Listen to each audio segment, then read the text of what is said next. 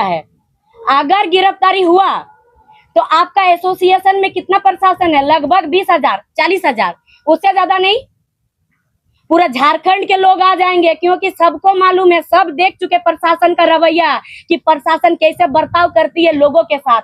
पूरे झारखंड के लोग निकल जाएंगे कि आपको उग्र आंदोलन करने आता है, हम लोग को नहीं आता है। हम लोग एक एक चीज फुटेज सामने रख देंगे, आप कितना आंदोलन कीजिएगा हम लोग देखेंगे। आपका आंदोलन को ही इस बार देख लेंगे, आप कीजिए आंदोलन। और एक बात याद रखिएगा, जो लोग बोल रहे हैं 5 दिन का, इस 5 दिन में अगर विधायकी गया, अभी वो दायरे में है कानून के, विधायकी गया, अभी तो सिर्फ मुंह चल रही है और जुबान चला, इसमें आप लोग परेशान हैं। उस समय हाथ चलने में देरी नहीं लगेगा।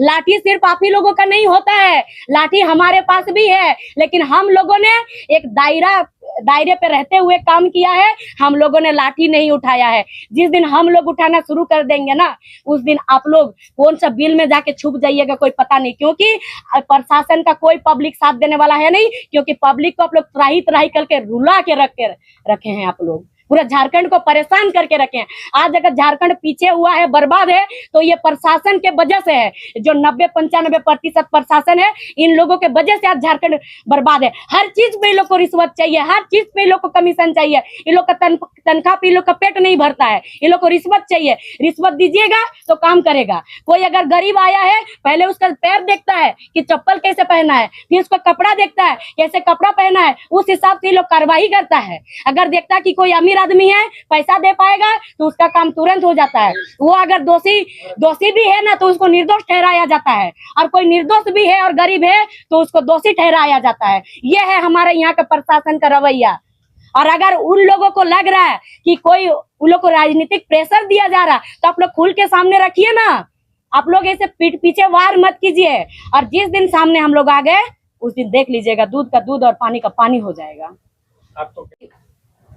जब कोई भी दलित हो, चाहे पिछड़ा वर्ग, कोई परिवार, गरीब परिवार, शोषित परिवार को दबोचा जाता है, कुचला जाता है, तब आप लोग देखिएगा कि झारखंड में एकमात्र जो है केंद्रीय अध्यक्ष जेएलकेएम के सहडुमरी विधायक हमारे जयराम दादा एकमात्र सामने आ जाते हैं और सामने खड़े होकर के उन दलित का, उन गरीब शोषित परिवार का आवाज बनते हैं। आज जो उनका ऑडियो वायरल हो रहा है, यहाँ सबसे बड़ा बात यह है कि वो जो ऑडियो था, वो ऑडियो एक थाना प्रभारी के साथ डायरेक्ट उनका व्हाट्सएप कॉल में बात हुआ था। वो व्हाट्सएप कॉल का था, तो वो तो दोनों का व्यक्तिगत था, आपसी था, वो तो सार्वजनिक था नहीं। लेकिन इस चीज को सार्वजनिक किया किसने? सार्वजनिक किया उस थाना प्रभारी ने। थाना प्रभारी को इतना बड़ा अधिकार किसने दिया? वो तो एक थाना प्रभारी है। आपको उन्होंने जो, ठीक है, आपके प्रति उन्होंने जो अभद्र भाषा बोला है, तो सार्वजनिक तौर पे नहीं बोला है। और जो 11 मिनट का जो ऑडियो है, उस ऑडियो को काट के अब 2 मिनट का क्यों क्यों चला रहे हैं? आपको पूरा 11 मिनट का दिखाना चाहिए। आगे क्या हुआ आप लोग सब, पूरा झारखंड के लोगों को मालूम है कि झारखंड में प्रशासन का कुछ लगभग 90 से 95% प्रशासन का रवैया क्या रहता है, उन लोगों के साथ कैसे बर्ताव करते हैं। अब अचानक से इसे प्रशासन कौन सा अमृत पी के आ गए कि इतना अच्छा भाषा उनका निकलने लग गया? और विधायक कैसे निकलेगा? जाहिर सी बात है, वो पहले कुछ गलत किए हैं। वो क्या कि एक गणेश दास नाम का एक दलित व्यक्ति है, जो कि गरीब परिवार से हैं, ट्रैक्टर चलाते हैं। उस व्यक्ति को जहां से उठा के लाया गया प्रशासन द्वारा, वही प्रशासन द्वारा जिन्होंने ऑडियो वायरल किया है, उसको गाड़ी में पीट के लाया गया। बताइए, प्रशासन का काम होता है एफआईआर लिखना, प्रशासन का काम होता है गलत हो रहा तो आप आके थाना में लाके रखिए। आप जज नहीं हैं, आप जज नहीं कर सकते हैं। जज, आपको फैसला करने का अधिकार नहीं है, पीटने का अधिकार नहीं है। उसको पीट के लाया गया। फिर जब उनका परिवार के द्वारा माननीय जयराम दादा पास ये सूचना पहुंचती है, तो जयराम दादा आते हैं थाना, आकर के बात करते हैं। वहां पर भी तीखी बातें हुई है, तो उस बात को उन लोगों ने क्यों, उस सीसीटीवी फुटेज को क्यों सामने नहीं ला रहे हैं? सीसीटीवी फुटेज को सामने लाना चाहिए, उसको उन लोग नहीं ला रहे हैं। और ये जो ऑडियो क्लिप वायरल हो रहा है, ये ऑडियो क्लिप एक दिन बाद क्यों वायरल हो रहा है? उसी दिन क्यों वायरल नहीं किया गया? अगर आपको वायरल करना था और इस ऑडियो क्लिप से सीधा एक ही चीज झलकता है कि ये सोची समझी साजिश इसलिए है कि एकमात्र विधायक है जो कि राज्य के गरीब शोषित लोगों के लिए, गरीब जनताओं के लिए, चाहे छात्र का हो, चाहे गरीब शोषित हो, चाहे विस्थापित लोग हो, इतना ही नहीं प्रशासन को के लिए भी उन्होंने आवाज उठाई थी। तो ये चीज जो अन्य राजनीतिक दल के हैं जो कि सत्ता में हैं, उन्हीं लोगों का तलवे चाटने के लिए, देखिए ऐसे शब्द इसलिए बोलना पड़ रहा है ना क्योंकि प्रशासन आज वही कर रही है।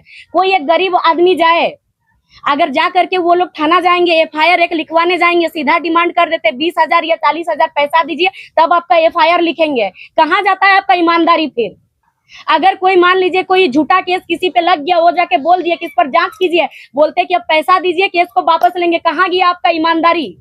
कहाँ जाता है ईमानदारी? उस वक्त तो नहीं दिखता। इतनी लड़कियों का, बच्चियों का जब बलात्कार हुआ तब कहाँ गया इस एसोसिएशन का प्रेस कॉन्फ्रेंस? कहाँ गया? तब ये प्रेस कॉन्फ्रेंस क्यों नहीं आया? जब एक माननीय ने एक माननीय को माँ बहन का गाली दिया तब इस एसोसिएशन का प्रेस कॉन्फ्रेंस कहाँ गया? एक माननीय संसद ने जब पब्लिक को माँ बहन का गाली दिया तब ये एसोसिएशन का प्रेस कॉन्फ्रेंस कहाँ गया?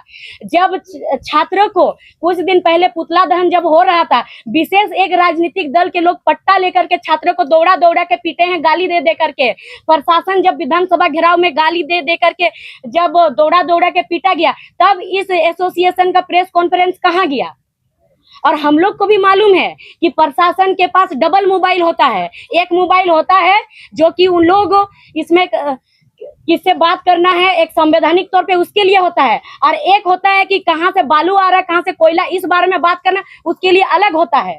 आज हम दावे के साथ कह रहे हैं, ऑडियो अगर वायरल हो रहा है, वो लोग 5 दिन का समय दे रहा है ना, इस 5 दिन में ये भी उन लोगों को जांच करना चाहिए कि झारखंड में जितना भी थाना है, सभी थाना के बड़ा बाबू हो, छोटा बाबू हो, उन लोग का जो भी बाबू हो, सभी बाबुओं का फोन का आप लोग कम से कम 6 महीना से 1 वर्ष का रिकॉर्डिंग आप लोग निकालिए और पब्लिक के सामने लाइए।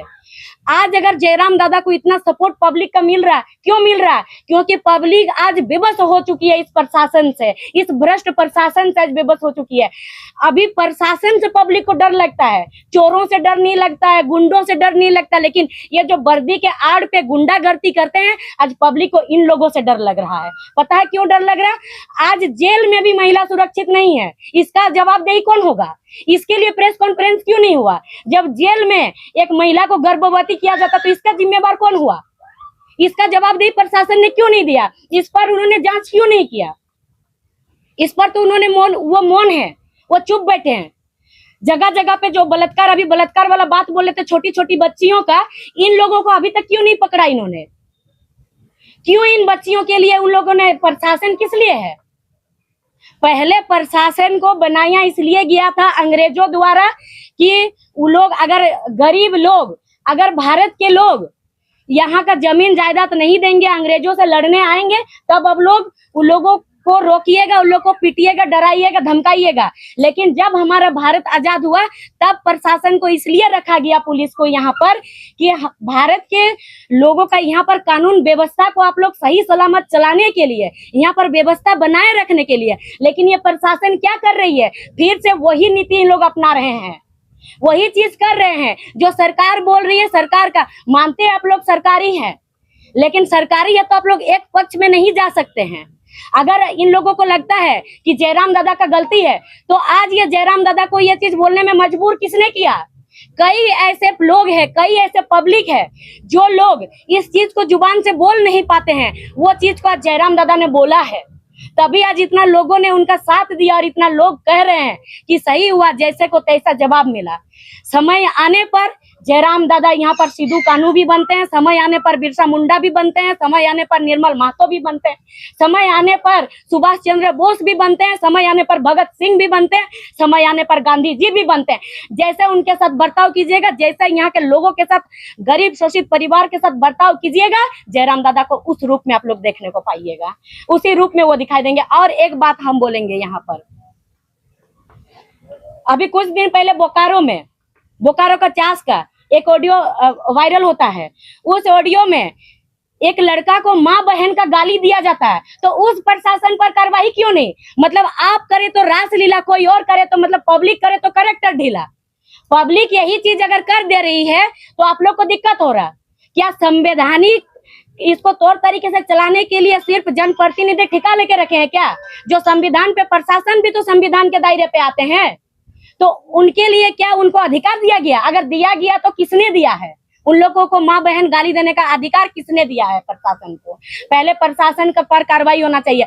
अगर जयराम दादा पर कार्रवाई होगा तो झारखंड में जितना प्रशासन है सब पर पहले कार्रवाई होना चाहिए। कोई दूध के धुले नहीं है। और उससे भी पहले सीसीटीवी फुटेज आना चाहिए और पूरा 11 मिनट का जो ऑडियो है टोटल आना चाहिए। दूध का दूध और पानी का पानी हो जाएगा। और एक चीज कहेंगे, वो लोग जो धमकी दे रहे हैं, ये जो एसोसिएशन धमकी दे रही है ना, हम लोग सब जानते हैं आप कहां से क्या करते हैं। आपको इतना दिक्कत क्यों हो रहा है इस बात पे? आपको दिक्कत तब क्यों नहीं हुआ जब एक महिला गर्भवती हुई थाना में, उसको गर्भवती पाया गया, तब दिक्कत क्यों नहीं? अभी दिक्कत इसलिए हो रहा है उन लोगों को क्योंकि कमीशन वहां से उन लोग को आता है, उन लोग का बांधा हुआ है, इसीलिए उन लोगों को दिक्कत हो रहा है, तकलीफ हो रहा है।